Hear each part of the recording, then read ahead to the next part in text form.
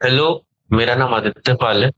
मैं Indian institute of information technology Shri city में CSC अभी टेक में सीएससी कर रहा हूँ। और आज हम लोग जो चैप्टर करने जा रहे हैं अल्टरनेटिंग करंट। और ये इसका सेकंड पार्ट है। ठीक है। और इसमें हमने लास्टली एमसीक्यू का फर्स्ट पार्ट किया था, एमसीक्यू का सेकंड पार्ट। और वेरी शॉर्ट आंसर में 16 तक किया था हमने। आज से हमें हमें यहाँ करेंगे 17 18 से लेके 12 तक। ठीक है। सो हम लोग आते क्वेश्चन नंबर 17 पे अपने। तो क्वेश्चन नंबर 17 हमारा क्या बोल रहा है कि can we get the instantaneous power output of an AC source ever be negative, can average power output be negative. तो हमसे एक क्वेश्चन पूछा गया कि जो अपना इंस्टैन्टेनियस पावर होता है, यहाँ पर हम 17 लिख लेते हैं।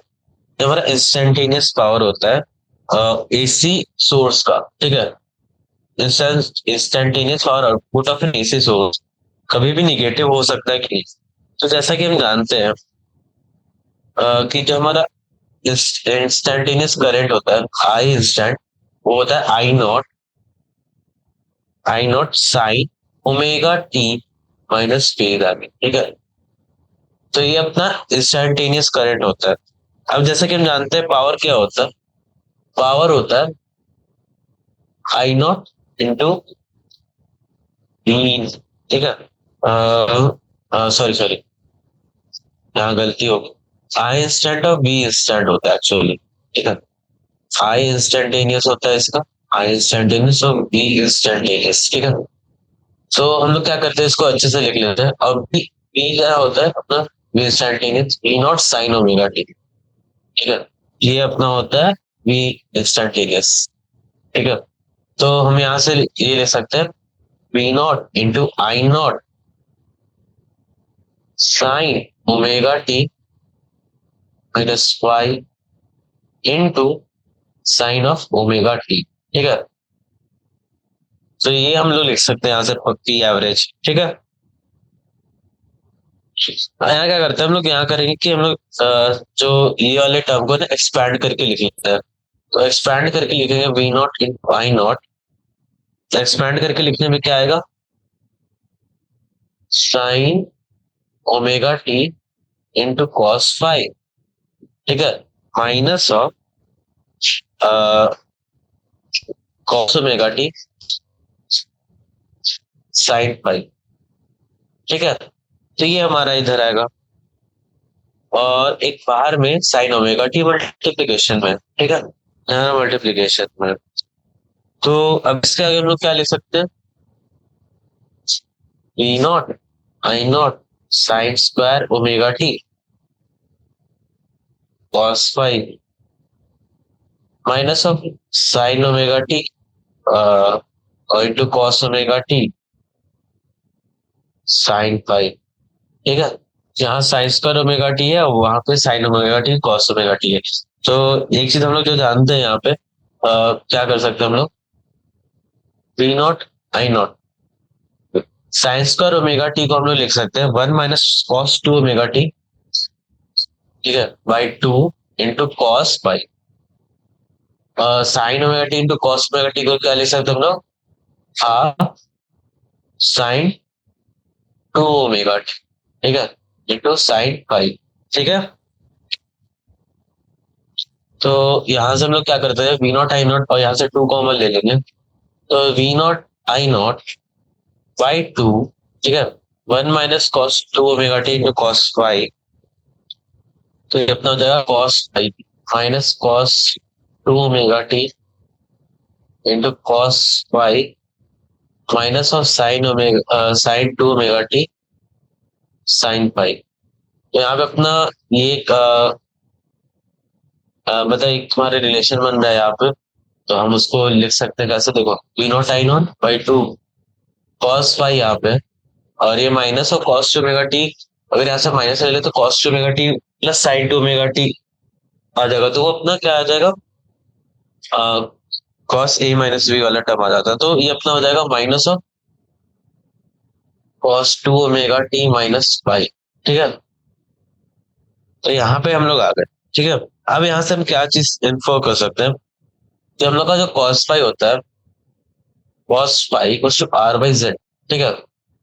और सबसे इंपॉर्टेंट जो होती है ये वाली जो टर्म होती है ना, कॉस मतलब कॉस फाई, ये हमेशा greater than equal to zero होगी। ठीक है, ये चीज हमेशा रहती है। और ये cos two omega t minus phi है। ठीक है। तो और जो cos two omega t minus phi है उसकी वैल्यू हमारी -1 से लेके मतलब इसकी वैल्यू जो होगी, इस चीज की वैल्यू ये -1 से लेके 1 तक वैरी करेगी। ठीक है। और ये हमारी greater than equal to zero है। तो अगर इसमें हम माइनस कर रहे हैं तो हमारी ये -1 से लेके 1 तक ही वैरी करेगी। ओके, तो अब हम लोग क्या कर सकते हैं, हम लोग यहाँ से कह सकते हैं जो अपनी value greater than equal to zero होनी है और ये -1 से लेकर 1 तक वैरी कर रही है। ठीक है। तो यहाँ से हम लोग ये इन्फर सकते हैं कि जो एवरेज पावर होगा, ओके, उसके पहले हमारा जो एवरेज पावर निकालेगा, पहले एक चीज हम यहाँ पे क्या कंक्लूड कर सकते हैं, देखो कि हमारी जो वैल्यू है आर ये तो कभी negative, not negative in any case. और इसकी जो वैल्यू है, इसकी वैल्यू एक टाइम निगेटिव हो रही है, बट जो इम्पोर्टेंट पॉइंट यहाँ ये हो कि जो पी की वैल्यू है ना, P can not be negative in any case, can't be negative in any case. तो हम क्या यहाँ से हम क्या कॉन्क्लूड करें, जो कि हमारा जो पी एवरेज हो जाएगा उसमें ओवर टर्म की वैल्यू नहीं मैटर करेगी, बस वन कॉस फाई रहेगी। तो P naught I naught by two cos phi. ठीक है। ये आ तुम्हारा पी एवरेज आ रहा है। पी एवरेज क्या है तुम्हारा, जैसे तुम देखो ये चीज देखो, -1 से 1 पे वारी करी तो इसका सम ऑफ ऑल केस में हमारा -1 +1, मतलब टोटल निगेटिव, मतलब अगर सॉरी, हम मतलब मेरे बोलने का ये मतलब है कि अगर हम लोग इसका पी एवरेज निकालेंगे तो अगर तुम देखो कॉस फाई हमारा कैसे वारी कर रहा है 0 से π/2 पे, तो हमारा कैसे वारी करता है कॉस फाई। ठीक है। तो क्या है कि इसका सम ऑल मतलब इस रेंज में हमारा टोटल वैल्यू का एवरेज तो हमारा जीरो ही आएगा। तो वही हम बोल रहे थे कि इसका जो पी एवरेज आएगा V0 I0/2 cos ऑफ पाई आ जाएगा। ठीक है। तो अपने ये क्या बोलते हैं, यहाँ से हमसे पूछा गया था कि can the instantaneous power AC source power output ever be negative. तो इंस्टेंटेनियस पावर जो अपना है वो कभी निगेटिव नहीं हो सकता। एक सेकंड प्लीज, सॉरी, थोड़ा एक कॉल आ गया था। हाँ, तो ये क्या होता है, अपना इंस्टेंटेनियस पावर करंट भी निगेटिव होगा और जो अपना पी एवरेज होगा वो भी निगेटिव नहीं होगा। और जो एवरेज पावर आउटपुट, हाँ, तो पी एवरेज भी निगेटिव नहीं होगा और पी इंस्टेंटेनियस भी निगेटिव नहीं होगा। ठीक है। अब हम लोग आज नेक्स्ट क्वेश्चन पे, जो 18 क्वेश्चन है, हमें यहाँ पे ग्राफ दिया हुआ कि in a series LCR circuit, in a series LCR circuit the plot of I max was shown as below 7.8, find the bandwidth and mark in the. तो 18 क्वेश्चन काफी इजी क्वेश्चन है। तो जैसे कि हम यहाँ पे क्या कर सकते हैं, तो हम लोग क्या करते हैं, इस पिक्चर को ले लेते हैं यहाँ से और यहाँ पे डाल देते हैं X। ठीक है, थोड़ा बड़ा कर सकते हैं। ठीक है। तो क्या करना है, हमें हमें तो प्लॉट करना था, तो हमें प्लॉट क्या करना है कि जितना आई होगा, आई मैक्स, ठीक है, I max find the bandwidth and mark in the field. ठीक है। तो हमें बैंडविड्थ निकालना है और फिर हमें मार्क करना है। तो फर्स्ट ऑफ ऑल जो आई होता है वो क्या होता है, E0/√2। ठीक है। तो E0 क्या है अपना यहाँ पे, ये अपना है 1। ठीक है, 1/√2। तो ये क्या, इसकी वैल्यू क्या चाहिए हमारी, 0.707 एम्पियर। ठीक है। तो फ्रॉम ग्राफ हम ये कह सकते हैं कि हमारे पास दो फ्रीक्वेंसी होगी फॉर विच हमारे पास करंट 0.70 एम्पियर होगा। उसके लिए ना ओमेगा 1 पहला होगा 0.8 रैड और ओमेगा 2 होगा 1.2 रैड। तो यहाँ तक अगर हम लोग देखें मतलब कैसे हम लोग कर रहे हैं, तो देखो यहाँ पे कहीं पे 0.77 आए, कुछ इन बिटवीन है, इधर से देखो। तो यहाँ से ये वाली, ठीक है, और एक ये वाली बात। ठीक है। तो इसकी वैल्यू अपने पास आ रही है 1.2 रैट्स, और इसका वैल्यू अपने पास आ रहा है इसका वैल्यू क्या था अपना 0.8 रैट। ठीक है। एक second please, sorry for the hold. Okay. तो यहाँ से हमारे पास जो बैंडविड्थ आ रही है वो अपनी क्या होगी, इन दोनों रेडियस की डिफरेंस होगी। तो ओमेगा टू हमारे पास आया था 1.2 rat per second, and omega one अपने पास आया था 0.8 रैट पर सेकेंड। ठीक है। तो अपने पास इसकी डिफरेंस क्या रही है, omega two minus omega one, that is 0.4 rad per second, जो कि अपनी यहाँ पे इसकी बैंडविड्थ होगी। ठीक है, जो अपनी बैंडविड्थ है। तो ये पॉइंट अपने बस दिमाग में अच्छे से रखना कि बैंडविड्थ क्या हो गया यहाँ पे। ठीक है। अब यहाँ पे क्या करना है कि हमें क्वेश्चन में 19 में हम जा रहे हैं। ठीक है। तो अल्टरनेटिंग करंट का हमें ग्राफ सर्किट दिया हुआ है। अल्टरनेटिंग सर्किट का मतलब एक alternating current in circuit described by the graph. ठीक है। हमें एक अल्टरनेटिंग करंट एक सर्किट के अंदर के में कैसे वेरी करे उसकी ग्राफ दी हुई है। हमें पूछा है show the RMS current in this graph. RMS current हमारे को क्या निकालना है, आई आर एम एस। ठीक है। तो 19 क्वेश्चन अपने लिए निकालना है I R M S. I R M S. तो ये कैसे निकाले, तो देखो, फर्स्ट ऑफ ऑल टाइम था, देखो अपना टाइम है टी। मतलब अगर हम इसको 1 सेकंड मान लें तो हमें देखना कि वैरी कैसे कर रहा है। तो after this, this is miss mirror of this graph. ठीक है। तो इसको हम देखो कैसे निकालते हैं। तो आई एन में सब लोग निकाल सकते हैं वन, तो ये अंडर रूट ऑफ वन का स्क्वायर प्लस टू का स्क्वायर एक टाइम पीरियड के लिए, तो अपना हो गया टी इक्वल टू 2 सेकंड तक। ठीक है। ओके। एंड तो अपना ये टाइम पीरियड हो गया। तो ये अपना यहाँ पे आई आर एम एस कितना आ गया, √5/2, दैट इज 1.6 एम्पियर। ठीक है। तो show the RMS current in the graph. तो इस ग्राफ में आईआरएमएस कहाँ आएगा, ये ऊपर में कहीं 1.16 के ऊपर ऐसे डॉटेड लाइन से बनेगी। ठीक है। Question number 20, how does the sign of a phase angle by by which the supply voltage leads the current in the LCR circuit change as the supply frequency is gradually increased from very low to very high values। तो इसको solve करने के लिए सबसे पहले तो आपको एक जनरल नॉलेज होनी चाहिए, फाइव कैसे डिपेंड करता है, कॉस का कितना होता है आर बाई जेड। ठीक है। और जेड अपना क्या होता है, एलसीआर सर्किट के लिए जेड क्या होता है, R by under root of R square plus omega L minus omega omega C, मतलब 1/ओमेगा सी। ठीक है। का होल स्क्वायर। ठीक है।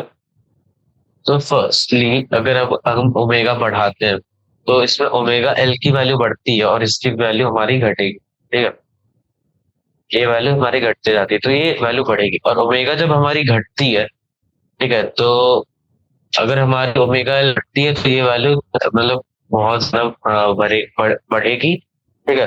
तो ये वाली वैल्यू बढ़ती है तो अपनी फेज एंगल घटेगी। ठीक है। तो ओमेगा के बढ़ने पे फेज एंगल घटता है। ठीक है।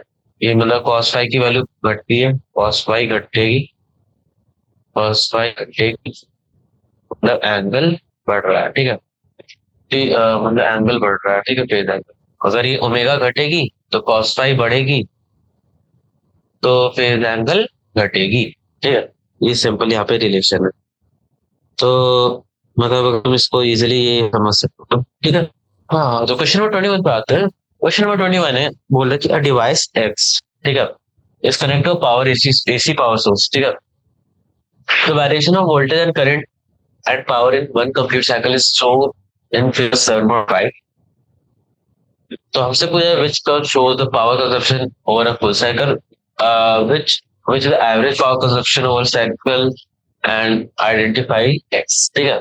तो इसको देखो कैसे क्या कर सकते हैं, जैसे कि हम यहाँ पे हम इस क्वेश्चन को सॉल्व करने का अप्रोच क्या ले सकते हैं।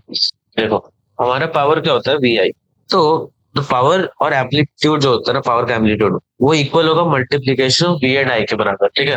तो पावर का जो पावर का जो एम्पलीट्यूड है वो मल्टीप्लीकेशन होगा वी और आई के। ठीक है। तो तो यहाँ से हम क्या कह सकते हैं, एक चीज हम यहाँ से कंक्लूड कर सकते हैं कि वी आई के मल्टीप्लीकेशन का, कि इसका जो एम्पलीट्यूड होगा वो हाईएस्ट होगा compare to V and I. ठीक है, वी और आई की कंपैरिजन में इसकी जो एम्पलीट्यूड है वो हाईएस्ट होगी। तो यहाँ से क्या कह सकते हैं, जो कर्व ए है वो अपना सबसे हाईएस्ट एम्पलीट्यूड शो कर रहा है। जो कर्व ए है वो अपना हाईएस्ट एम्पलीट्यूड शो कर रहा है। तो हम क्या कह सकते हैं यहाँ से, कि जो अपना कर्व है ना वो क्या कर रहा है, मतलब पावर डिपिक्ट कर रहा है। कर्व पे shows power over a cycle. ठीक है, तो कर्व ए शोज पावर, मतलब वो साइकिल। तो ये तो देखो, एक और चीज जो इस चीज को और कॉन्क्लूड मतलब कॉन्क्रीट तरीके से डिपिक्ट कर सकते हैं, कि जब भी देखो पावर जो अपना है ना, जब भी पावर मतलब वी या करंट या ये आई इक्वल टू जीरो है, तो हमारे यहाँ पावर भी जीरो हो रहा है। और तुम देखो डॉटेड लाइंस के पास हमारे पावर जीरो हो रहे हैं। ठीक है, वहां पे हमारा वी और आई दोनों जीरो है। ठीक है, तो उधर ही हमारे कर्व भी नीचे आ रहा है, तो हम यहाँ से कह सकते हैं कर्व ए का क्या होगा, कर्व ए। ठीक है, अब आते हैं बी पे। तो बी के लिए, कि हमारा कर्व भी तो पावर तो ग्राफ रिप्रेजेंट कर रहा है, तो जो अपना ग्राफ है ना वो symmetric with respect to X axis होना चाहिए। मीन्स कि जो ग्राफ का एरिया पॉजिटिव और नेगेटिव साइड में वो बराबर होना चाहिए। तो हमारा जो एज रिजल्ट हमारा जो एवरेज पावर है वो जीरो होना चाहिए। ठीक है, मतलब इस तरीके से। तो अ, तो ये जो अपना क्या बोलते हैं, जो अपने एक्स एक्सिस है ना, आई का एक्सिस, तो वो अपना पी एवरेज शो दिखाई कर रहा है ओवर अ साइकिल। ठीक है, क्योंकि इसका तो एवरेज जीरो होना चाहिए, तो पी एवरेज ना एक्स एक्सिस है। ठीक है, एक्स एक्सिस। ये थोड़ा सा ट्रिकी क्वेश्चन था, मतलब तुम्हारा दिमाग चेक करने के लिए। और सी अपने बोला कि आइडेंटिफाई द डिवाइस। ठीक है, तो पावर एवरेज पावर अपना जीरो, और पावर फैक्टर अपना cos phi equals to zero है। ठीक है, दो चीजें यहाँ पे। तो अगर कॉस फाई जीरो है, कॉस फाई जीरो तभी हो सकता है जब उसका रेजिस्टेंस जीरो हो जाता है। तो रेजिस्टर नहीं है, तो ये बस एक इसमें या तो एलसी एलसी सर्किट होना चाहिए। ठीक है, इसमें रेजिस्टर नहीं होगा। ठीक है, तो इसमें हम क्या कह सकते हैं यहाँ से, कि आइदर मतलब आइदर उसमें एल होगा या फिर सी होगा या फिर दोनों का ब्लेंड होगा। इंडक्टर होगा, कैपेसिटर होगा, या फिर उन दोनों का ब्लेंड होगा। ठीक है, तो यहाँ पे हम लोग क्वेश्चन नंबर 21 को सॉल्व कर लिया। क्वेश्चन नंबर 22 पे चलते हैं जल्दी से। ठीक है, क्वेश्चन नंबर 22 ये बोला कि both alternating currents and direct current are measured in amperes, but how the amperes is defined for an alternating current. ठीक है, ये बहुत अच्छा क्वेश्चन है, कि अल्टरनेटिंग करंट और डायरेक्ट करंट हम दोनों को एम्पीयर से मेजर करते हैं, but how is ampere defined for an alternating current. तो देखो 1 एम्पीयर क्या होता है अपना, 1 एम्पीयर होता है एक coulomb charge going every second, एक coulomb charge going every second in direct current. ठीक है, 1 एम्पीयर क्या होता है, 1 coulomb charge flowing per second. ठीक है, flowing 1 coulomb charge flowing per second in direct current. तो क्या होता है ना, यहाँ पे एसी में करंट, एसी में क्या होता है, जो करंट अपना है ना वो हर सेकंड स्विच करता है।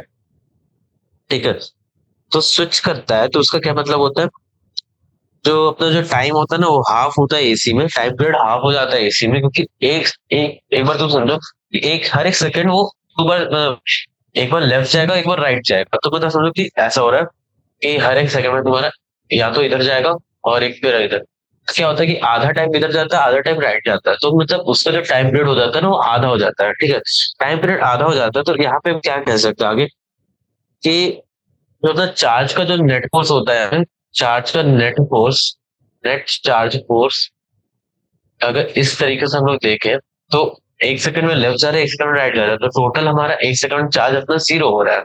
ठीक है, तो यहाँ पे तो जीरो करंट होना चाहिए, बट हम लोग क्या करते हैं ना, यहाँ पे हम लोग अल्टरनेटिंग करंट में इंस्टेंटेनियस लेते हैं।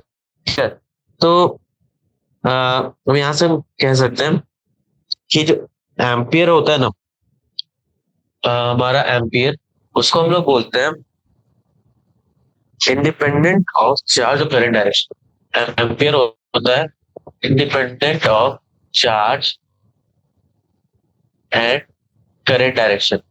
ठीक है, ये एम्पियर का प्रॉपर्टी है। और हम इन्वर्स के पीछे से कह सकते हैं कि अपना 1 एम्पियर डिस्क्राइब होता है एसी में कि 1 ampere current in AC is a current that में create same amount of heat per second as direct current in 1 ohm resistance. ठीक है, तो यहाँ पे हमने डेफिनेशन को, जो ट्रेडिशनल डेफिनेशन है एनसीईआरटी में, उसको लेके इसको जूल हीटिंग इफेक्ट से हमने डिफाइन किया। क्योंकि एज पर हम हमारे ऊपर वाले कंडीशन के हिसाब से हमारा कूलम का चार्ज तो जीरो होना, मतलब टोटल चार्जेस जीरो है, बट उससे तो हम डिफाइन नहीं कर सकते। बट एम्पियर जो अपना होता है ना, वो independent of charge and current direction होता है। और joule heating effect, joule effect heating effect से हम इस चीज को प्रूव कर सकते हैं कि जो मतलब एक एक ओम रेजिस्टेंस में जितना मतलब एक ओम रेजिस्टेंस में 1 जूल हीट करने का जितना करंट लगता है उसको हम बोलते हैं 1 एम्पियर। ठीक है, जूल हीटिंग इफेक्ट। ठीक है, तो ये काफी मतलब अच्छा तरीके से हमने इसको प्रूव किया। अब हम आते हैं नेक्स्ट क्वेश्चन 23 पे। 23 शायद एक कैलकुलेटिव क्वेश्चन है। हमारे पास एक कॉइल है 0.1 एच का। ठीक है, coil of 0.1 H inductance L अपना 0.1 एच है, दिस इज अपना 1 में, और connected to a voltage of 200 volt, voltage of 200 volt है, और ओमेगा हो गया 50 हर्ट्ज सप्लाई। ठीक है, हमसे इम्पीडेंस और time lag between the max and alternative पूछा है। तो इसको जल्दी से सॉल्व करते हैं। तो हमारे पास दिया हुआ है अपना, ओके, एक और थोड़ी सी गलती हो गई, 0.01। ठीक है, तो यहाँ क्या करते हैं हम, जैसे कि जानते हैं इंडक्टेंस अपना क्या होता है, क्योंकि अपने पास सिर्फ रेजिस्टेंस है और इंडक्टेंस है, तो ये अपना होता है ओमेगा एल का होल स्क्वायर। ठीक है, तो यहाँ से हम इंडक्टेंस निकालते हैं। सबसे पहले इंडक्टेंस क्या हो गया अपना ना, ये तो 1 ओम था, 1 का स्क्वायर, और ये 0.01 है, ओमेगा 50 हर्ट्ज है। ओके, तो 2 बाई 50 टू एल 0.01 का होल स्क्वायर। ठीक है, तो ये अपना हो जाएगा 100, ये तो 1 हो जाएगा। अरे पाई का स्क्वायर करना है, पाई का स्क्वायर होता है 9.86 कुछ होता है, 1.9.86। ठीक है, तो अपने यहाँ पे 10.86 हो गया अंडर रूट, और इसकी वैल्यू हमारी अप्रोक्सीमेटली ये 3 से बड़ी होगी, तो हम इसको लिख सकते हैं 3.34। ठीक है, ये अपना हिसाब है। इम्पिडेंस आने के बाद हमें क्या पूछा जा रहा है, हमारे ये पूछा टाइम, टाइम लैग पूछा जा रहा है अल्टरनेटिंग वोल्टेज एंड करंट के बीच में। ठीक है, तो पहले तो यहाँ पे हम फेज निकाल लेते हैं। फेज अपना क्या है, cos phi equals to R by Z. ठीक है, तो 1/3, ये हो जाएगा अपना 10/33। कॉस फाई हमारी यहाँ पे आ गई। ठीक है, तो टेन फाई अपना निकाल लेते हैं। तो यहाँ से टेन फाई निकालेंगे, टेन फाई कितनी होगी, ये कॉस फाई है, टेन फाई अपना हो जाएगा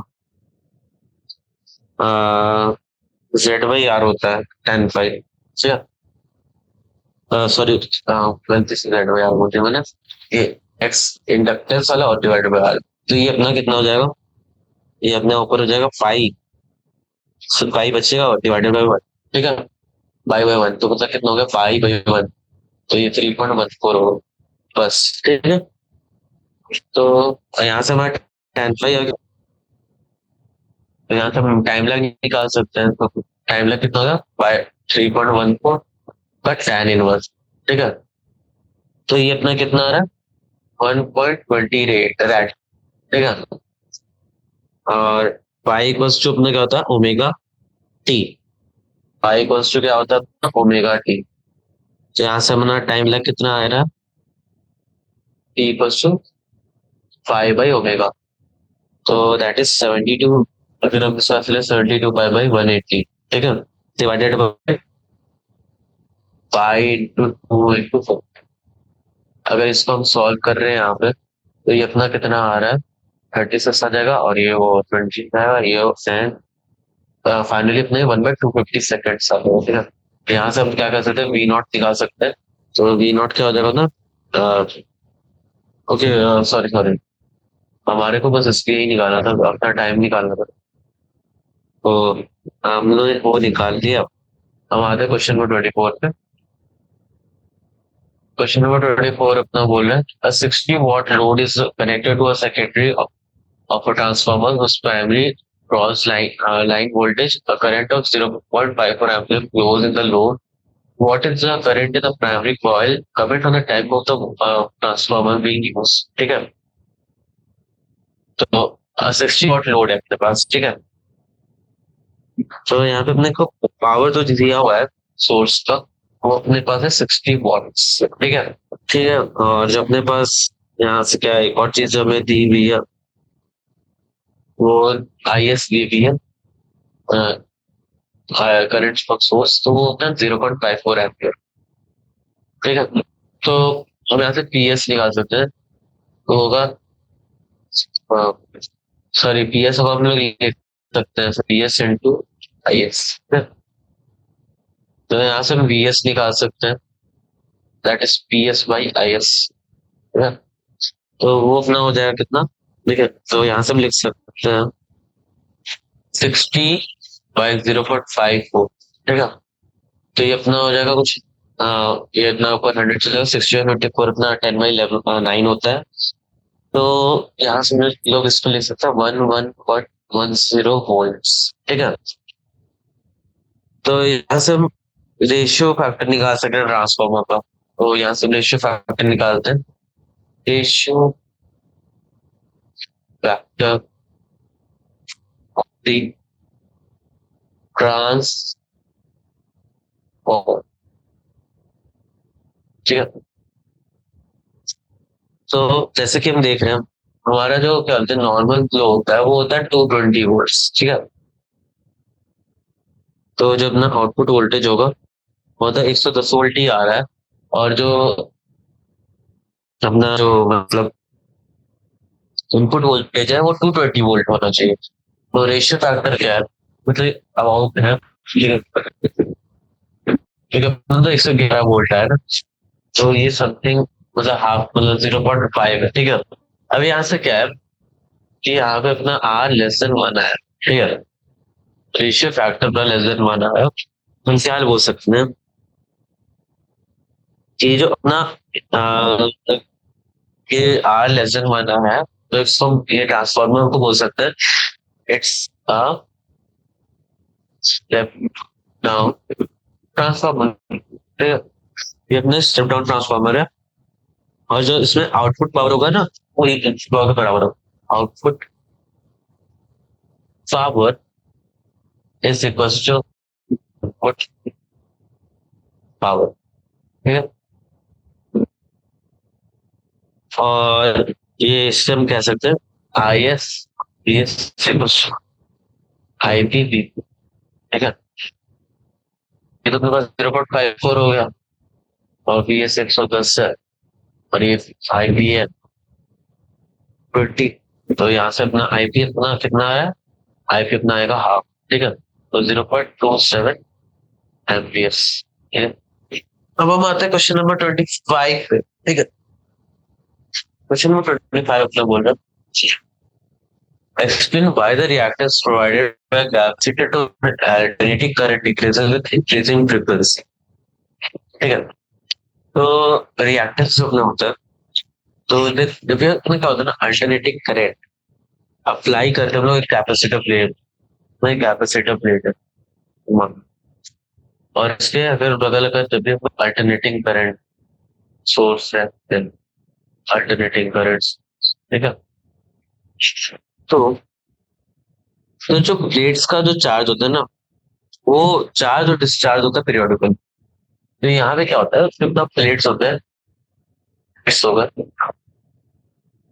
तो charges and discharges periodically, and मतलब जो चार्जिंग और डिस्चार्जिंग ऑफ द प्लेट होता है ना, जो मतलब जो चार्जिंग और डिस्चार्जिंग जो होता है अपना रेगुलरली पीरियोडिकली, उसका जो रिजल्ट ये होता है, तो current flowing through the capacitor, मतलब सॉरी, जो ये अपने चार्जिंग और डिस्चार्जिंग क्या करता है ना, ये अपने कैपेसिटर के अंदर से करंट फ्लो करवाने को रिजल्ट करवा देता है। ठीक है, उसका रिजल्ट होता है कि कैपेसिटर के अंदर से करंट फ्लो करता है, ठीक है, यहाँ करंट फ्लो करता है, ठीक है। तो जैसे कैपेसिटर होता है ना, उसमें भी एक चीज होती है कि कैपेसिटर अपने अंदर से ना zero frequency direct current, zero frequency direct current को फ्लो करना नहीं देता। जीरो फ्रीक्वेंसी डायरेक्ट करंट को फ्लो करने नहीं देता, इट डजेंट अलाउ, ठीक है, इट डजेंट अलाउ। तो इससे क्या होना कि जो फ्रीक्वेंसी ऑफ द करंट होता है, वो frequency of current rises and the capacitor जो है ना will transfer more current through it as charging and discharging occurred at a faster pace. तो करंट ज्यादा फ्लो होगा if charging and discharging happens at a faster pace, ठीक है। तो क्या बोल तो इससे हम लोग क्या कंक्लूड कर सकते हैं फाइनली कि अगर means if frequency increases the reactance drop, ठीक है। तो as a result AC current जब भी अप्लाई करते हैं तो reactance grows as a frequency of the AC current increases, so the reactance and the frequency are in direct proportion with each other, ठीक है। तो यहाँ से हम क्या कह सकते हैं, जी सॉरी सॉरी, हाँ मीन्स सही तो बोला था मैं कि जो फ्रीक्वेंसी जब इंक्रीज करती है रिएक्शन ड्रॉप करता है अपना, ठीक है, कैपेसिटर का। अब वहां पे हम सेम अगर इंडक्टर का देखें, explain why the reactors offered by resistance with the increasing frequency of an alternating voltage। तो ये सेम चीज जो मैंने कैपेसिटर की बताई, सेम चीज रिएक्टेंस में होती है, बट रिएक्टेंस वर्क उल्टे तरीके से करता है rather देन कैपेसिटर की तरह, ठीक है। तो 27 का जो आंसर होगा वो बिल्कुल सेम होगा, जस्ट उसमें जो कैपेसिटर का इंडक्टर की प्रॉपर्टी लग रही है, ठीक है। एक सेकंड ना, ठीक है। हाँ तो क्वेश्चन नंबर 27 पे आते हैं। क्वेश्चन नंबर 27 से 30 क्या है ना कि हमारा काफी सारा क्वेश्चन है और हम क्या कर सकते हैं इसको एक ऊपर ऊपर से ओवरव्यू ले सकते हैं इसका, ठीक है। हम आते हैं लॉन्ग आंसर पे। सॉरी, तो क्वेश्चन नंबर 27 से देखो, लॉन्ग आंसर, ठीक है। और इसमें हम क्या करेंगे 27 से देखते हैं। तो क्वेश्चन नंबर 27 में देखो क्या है कि an electric device draws a 2 kilowatt of power to mains voltage, 223 volt RMS voltage है, पावर 2 किलोवाट है, मतलब equal to under root of 50,000 volts, ठीक है। तो the current differs in phase by 5 tan equal to -3/4 as compare to the voltage, ठीक है। Find one R second omega C minus omega W second and third will be I W, ठीक है। Another give us the twice of R, XC and XL. How the answer affected? How is the answer affected? तो ये देखो, मैं ये तो नहीं बोलूंगा कि बहुत हार्ड क्वेश्चन है, it's more like a calculative question, तो it's more like a calculative question. तो देखो कैसे इसको सॉल्व कर सकते हैं, जैसे कि हमारे को अंडर रूट ऑफ 50,000 वोल्ट्स दिया हुआ है मतलब वोल्टेज। तो हम लोग को तो क्या करना है कि पावर का वो फॉर्मूला लगाना, मतलब अप्रोच बता रहा हूँ मैं, बिकॉज हमारे पास टाइम तो एंड ये चैप्टर कंप्लीट करनी है। तो देखो पावर को हम लोग को इसको हमें लिखना है कि वो वोल्टेज के स्क्वायर में आ जाओ, और ये ऐसा V by square by R होता है ना अपना, और यहाँ पे हम लोग लिखेंगे V square by inductance Z, ठीक है। इसको हम लिख सकते हैं। तो यहाँ से हमारा इंडक्टेंस आ जाएगा, पहले तो इंडक्टेंस आ जाएगा, इंडक्टेंस आ जाएगा तो हम यहाँ से रेजिस्टेंस निकाल सकते हैं विद द फेज एंगल हमें जो गिवन है, ठीक है। तो फेज एंगल जो हमें गिवन है उससे हम इंडक्टेंस निकाल सकते हैं। तो अपने पास tan पाई को जो -3/4 मिला हुआ है, वो उससे cos पाई निकालेंगे, फर्स्टली हमें आर आ जाएगी। अगर हमें आर आ गया और इंडक्टेंस की वैल्यू हमें पता है तो हम इजिली वहां से x T minus x W निकाल सकते हैं, और थर्ड अपना आई भी वहां से निकाल सकते हैं कि पावर हमारे पास गिवन है, ठीक है। तो सिमिलरली हम लोग क्या करेंगे कि जो क्वेश्चन में दूसरी बार दिया कि ट्वाइस वैल्यू पावर एक्सएल पे आंसर कैसे इफेक्ट करता है, ठीक है। तो ट्वाइस वैल्यू पे हमारा क्या होगा कि हमारा टू का स्क्वायर करके बाहर निकल जाएगा सब कुछ। ठीक है। बट ऐसा नहीं होगा, एक्चुअली नहीं होगा। तो थोड़ा सा आंसर डिफर करेगा, तो तुम देख लेना उस चीज को। क्वेश्चन नंबर 28 पे आते हैं। अच्छा सॉरी, आंसर इफेक्ट नहीं करेगा, मतलब भाई हाफ हो जाएगा, मतलब ऐसे अगर तुम देखो जहां जहाँ टू की पावर ऐसे बाहर निकली वो हाफ हो जाएगा उसका। ठीक है। क्वेश्चन नंबर 28 में देखो कैसा है। 1 megawatt power source is to deliver a power station around 10 kilometer away. One is a pair of CU wires with diameter 0.5 centimeter for this purpose. Determine the fraction ohmic loss as to the power transmitted. Power transmitted, first देखो,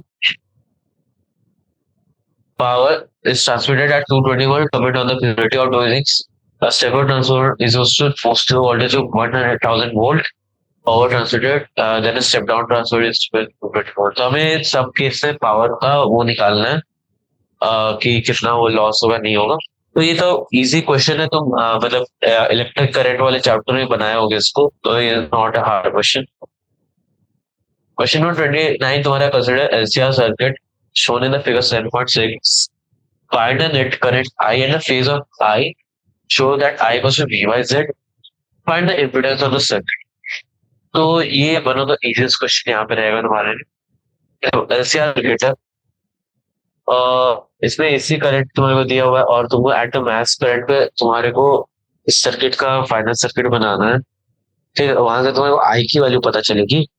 secondly जो तुम्हारे को यहाँ पे है, तुम्हारे को इसको ऐसे लिखना है कि अपने को V C plus V L equal V naught sine omega T. ठीक है। इस फॉर्म में लिखना और इसको फिर सॉल्व करना है, और जो सॉल्व करके तुम्हारे पास चार्ज के फॉर्म में जो इक्वेशन आएगी ना, उसमें सारे वैल्यू पाई इक्वल टू 0 डालोगे तो तुम्हारे को इधर चार्ज मिलेगा। चार्ज मिलेगा, फिर उससे तुम करंट निकाल सकते हो इसलिए। ठीक है। तो ये अच्छा क्वेश्चन है, मतलब calculative question to the point, मतलब बहुत अच्छा से तुम ये देख सकते हो। और 30 और 31, तो एक बार क्या करता हूँ ना, मैं इसको तुम्हारे को एक तरीके से दिखा देता हूँ। लाइक अभी टाइम कम है, तो इधर दिखा देता हूँ।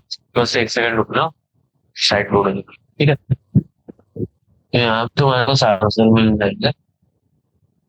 ये पहला क्वेश्चन, तो ये क्वेश्चन देखो, और ये तीसरा क्वेश्चन है। ये यहाँ पे सारे कैलकुलेशन हमारे को मिलते हैं। तुम इसको रेफर कर सकते हो, काफी इजीली तुम बना सकते हो यहाँ से। ठीक है। तो ये तुम्हारा क्या बोलते हैं, अल्टरनेटिंग करंट चैप्टर हुआ है। ठीक है। दो क्वेश्चन और है, तो क्वेश्चन को तुम मतलब किसी साइड से रेफर कर सकते हो। अभी टाइम की कमी की वजह से तुम्हें थोड़ा सा प्रॉब्लम होता है, but you can do it. और ये तुम्हारे पास देखो, ये इसका सॉल्यूशन है। ये इजी क्वेश्चन था। ठीक है। 29 इजी क्वेश्चन है। 30 थोड़ा सा कॉम्प्लेक्स हो सकता है, क्योंकि तुम वो तुम्हारे को इसको मतलब इंटीग्रेट डिफरेंशिएट करना है। और 31 में देखो एलसीआर सर्किट, ये एक इजी क्वेश्चन है तुम्हारे लिए। ये थोड़ा सा टेक्निकली डाउन मतलब क्वेश्चन है, कैलकुलेटिव नहीं है। ठीक। तो thank you for watching. Session 5 minute पहले खत्म हो रहा है, but thank you for watching. हम अब नेक्स्ट ये चैप्टर खत्म कर दिया हमने अल्टरनेटिंग पर। अब नेक्स्ट चैप्टर देखेंगे कि कौन सा मिलेगा। Wait in the next chapter. तब तक आपके जे के एग्जाम के लिए best of luck. Thank you for watching. Have and in the session.